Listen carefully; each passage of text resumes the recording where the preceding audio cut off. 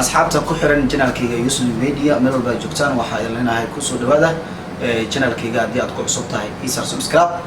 maanta garoonka Engineering Stadium waxa ku wada balsan waa labada xul galmudug iyo waliba xulka Banaadir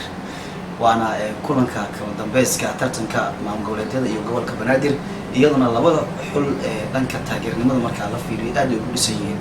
laakiin galabta garoonka Engineering Stadium wuxuu noqon doonaa mid xamaasadiisu aad u sareyso iyaduna labada xul ciyaartoy tayo leh haystaan laakiin waxaan taageersanahay maanta